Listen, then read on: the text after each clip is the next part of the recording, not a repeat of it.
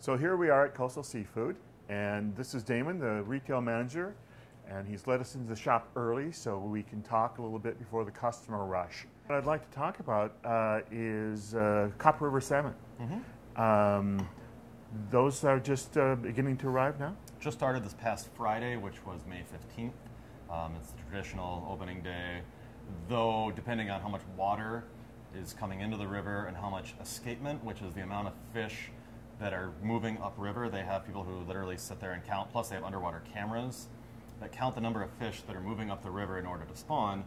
When it reaches a certain level, they have a projected level of what they expect to come every year. Okay. And it changes year to year, and they set the quotas based on that. And then depending on the number of fish coming upriver, they open or close accordingly. Sometimes it could be 12 hours, sometimes 24 hours. Sometimes just all of a sudden it's closed and then all of a sudden it's open right again. Sockeye salmon is kind of like the next in line in terms of what people who want wild salmon would like to eat. It's a much smaller fish, still a high oil content, not as high as king, but a much, much stronger salmon flavor. Okay.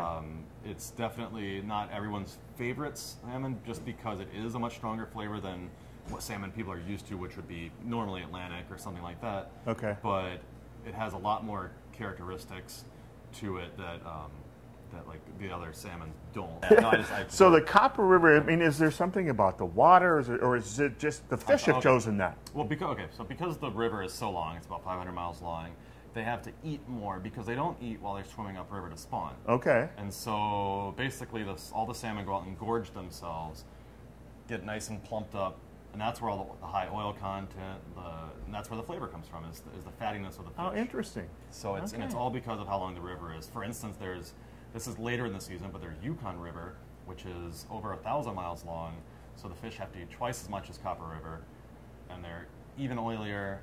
Wow. And they are, I think the kings come in at something like 20 to 30% oil content from the Yukon River, whereas the Copper River kings are in like the 18% range. Okay. So that's fascinating.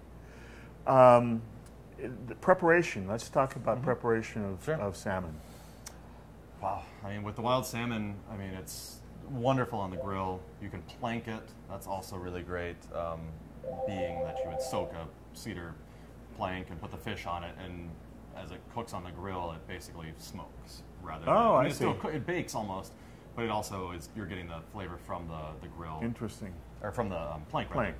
And then they're just straight on the grill. It's Okay. terrific. Okay, good. Baked. Good. Anything like that.